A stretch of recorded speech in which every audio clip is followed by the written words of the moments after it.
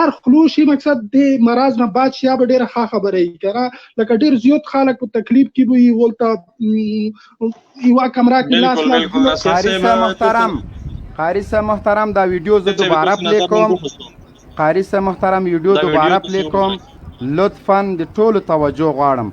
د بشر د حقوق سازمان غړي هومن رایټس دموکراتان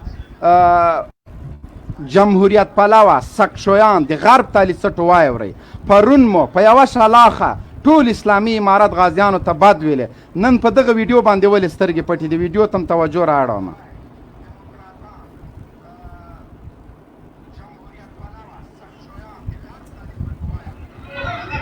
او تصویر کې دغه ښکاره کېدونکی وسلوال کس چې په ور سره لاس پورته کوي د برکي برک ولسوالۍ ولسوال ویس عبدالرحیمدي ساتونکی دی او د هغو مرستو ویشته له ولسوال سره یو ځای تللی چې د دې ولایت په مبارک سنټر کې بېوزله کورنیو ته ویشل کېدې د پیښې عیني شاهدان وایي د زیار په نوم یوې مدني ټولنې غریبو کورنیو ته د مرستو د ویش لړۍ پیل وه چې د مراسمو له پیل څو شېبې وروسته د برکي برک ولسوال ویس عبدالرحیم ځای له خپلو څو تنو ساتونکو سره یو ځای مارکېټ ته داخل شو او ساتونکو یې سم د واره په سپین ږیرو او تورسرو لغتې او د ټوپکو شپېلۍ راباندې کړې د عیني شاهدانو په خبره د ولسوال ساتونکو هوایي فایرونه هم وکړل او خلکو له ویرې مرستې پرېښودې او له مارکېټ یې پښې سپکې کړې دې کې عسکر راغلي وو د برکي ولسوال راغلی وو څوک راغلی دې سره یو درې نفره سنګولیان عسکر وو نو په آخر د دې صحنه کې دغه ښځو ته ډېر بېعزتي واړوله یعنې وهل وهل یې ورکړل سپین ږیري وو سپین ږیرو ته یې بېعزتي وکړه او دغه سره همچنان نو ډزونه یې هم وکړل د مارکېټ په منځ کې ډېر خلک راټول شوي وو ډېر خلک وو دې کې سیاسارې وې دې کې ماشومان وو نو ډزونه یې وکړه ډزونه ډېر مشکلات جوړ کړل سر ډېر روان سره وروسته بیا سنګولیان راولېږل او د سنګولیانو طریق نه ځي ترتیب برابر باید دلته اوضاع باید په جریان کې او قومندانۍ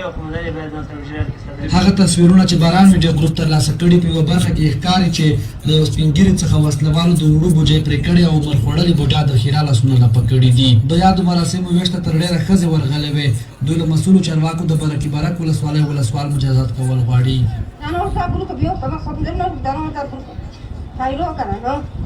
د ویس عبدالرحیمدي سره نننیو مراسمو ته تللو وسلوالو ته په محلي کچه د خیزش مردمي نوم کارول کیږي او په ملي امنیت پورې اړه لري د امنیتي چارواکو په خبره د خیزش مردمي دنده په خپلو سیمو کې د امنیت تامینول دي او په ښار کې د امنیت ساتلو هیڅ راز قانوني صلاحیت نه لري د لوګر امنیه قومندان وایي یاده موضوع به جدي تعقیب کړي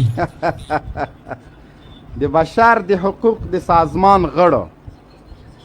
آفرین دې په دې لغړې مردود او کرغړنې دیموکراسۍ شي قاری صاحب مهرباني وکړه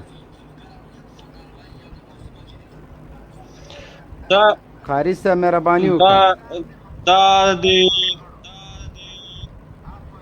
دا ویډیو خو محترم لیدونکو تاسو ولیدا د دې نه وروسته مبین صاحب تاسو هغه بله ویډیو هم بیا لږ وروسته پلی کړئ د کندهار کې یو سړی ده یو بیچاره افغان ده هغه هم دا خلک وګوري او دغه هم تاسو ولیدل ګورئ د اسلامي امارت په وخت کې د ښځو حقوقو په باره کې دوی هغه وخت کې هم چیغې وهلې اوس هم دا چیغې وهي دوی څه جعلي او څه پټوشاف عکسونه یې را پیدا کړي دي هغه ښکته پورته کوي چې طالبانو ښځې وهلې د ښځو حقوق دغه خلک چې CIA موږ ته روزلي دي